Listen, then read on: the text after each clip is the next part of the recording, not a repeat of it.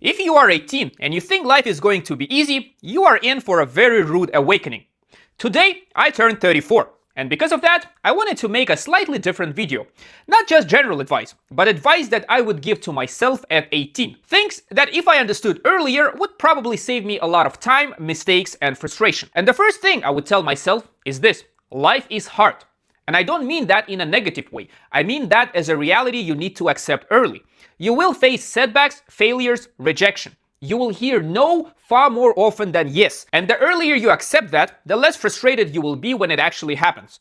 Because life is not a sprint, it's a marathon. Nothing meaningful comes quickly. If you want something, you will have to work for it. And you will have to work for it consistently over a long period of time. And even then, you may still fail.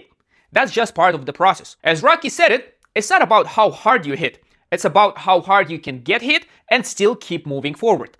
That is probably one of the most important skills you can build. Because you will fall, and your ability to stand up again and again, that's what will define your life. And from that comes the first advice. Take responsibility for your life. Do not fall into the victim mindset. Today, it's very popular to blame others, explain everything through privilege, unfairness, society, or other people. And yes, some of those things are real. Some people do have advantages. Some people do start from better positions. But there are also people with disadvantages. That's just how the world works. But here's the problem. Focusing on who has it better does absolutely nothing for you. There are things you can control and there are things you cannot control. And your entire focus should be on the things that you can control. Instead of asking, why is this happening to me? Ask, what could have I done better? Especially when you are young, you don't have much experience, which means there's a very high chance that you made mistakes. And that's actually a good thing, because it means you have something to improve.